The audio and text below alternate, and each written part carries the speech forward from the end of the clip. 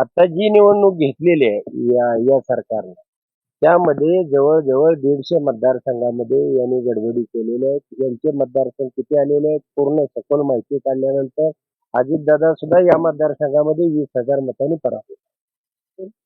जवळ-जवळ अजितदादांनी त्यामध्ये 1,80,000 जी मतं पडलेली आहेत त्यापैकी 1/3 म्हणजे 82 असं प्रोपोर्शन तिथं सुद्धा लावलेलं होतं.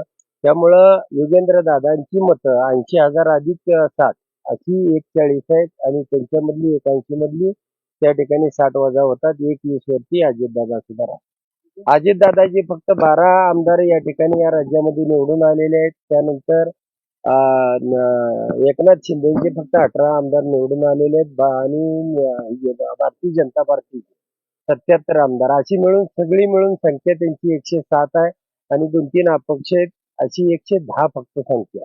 आणि असं असताना यामध्ये जो सखोलपणाने मी अभ्यास केलेला आहे, प्रत्येक मतदारसंघ वाईज अभ्यास केलेला आहे, प्रत्येकाला काय लावलं त्या ठिकाणी. जयकुमार गोरेच्या बाबतीमध्ये सुद्धा 1:5 असं प्रोपोर्शन त्या ठिकाणी लावण्यात आलं. जयकुमार गोरेला मतं आहेत 1,48,000 आणि त्या ठिकाणी गाडगेला मतं आहेत 1,03,000. तर त्या ठिकाणी त्यांची सुद्धा 30,000 मतं ही ह्यांना म्हणजे गाडगेंची त्यांनी चोरली.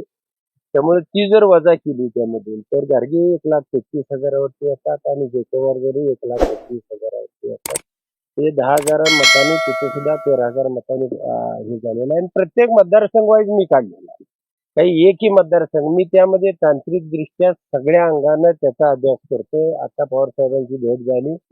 दिल्लीमध्ये राहुल गांधी, पवार साहेब आणि आम्ही सगळे मिळून त्या ठिकाणी निवडणूक आयोगाची भेट घेणार आहोत. त्यांना हे दाखवणार आहोत आणि त्याच्यामध्ये तुम्हाला हातापाया पडून आम्ही तुम्हाला विनंती करतो की व्हीव्हीपॅट मधली चिठ्ठी आमच्या हातामध्ये आली पाहिजे आणि कोणत्याही परिस्थितीमध्ये ती घेतल्याशिवाय आम्ही राहणार नाही. या सरकारनं राजीनामा दिला पाहिजे. तुम्ही देत नसाल तर त्या माळशिरसमध्ये मी राजीनामा द्यायला तयार आहे. त्या ठिकाणी पोटनिवडणूक ही घेतली पाहिजे आणि पोटनिवडणूक घेऊन आज तुमचं सरकार आहे. तुम्हाला काल 1,08,000 मतं आम्हाला बघायचं आहे त्या तालुक्यामध्ये तुम्हाला 20,000 मतं आहेत का? सरकार असल्यानंतर 1,08 ची 1,40 मतं होत आली, 1,50 होतील. तर आम्हाला बघायचं आहे तुम्हाला त्या तालुक्यामध्ये 20,000 मतं आहेत.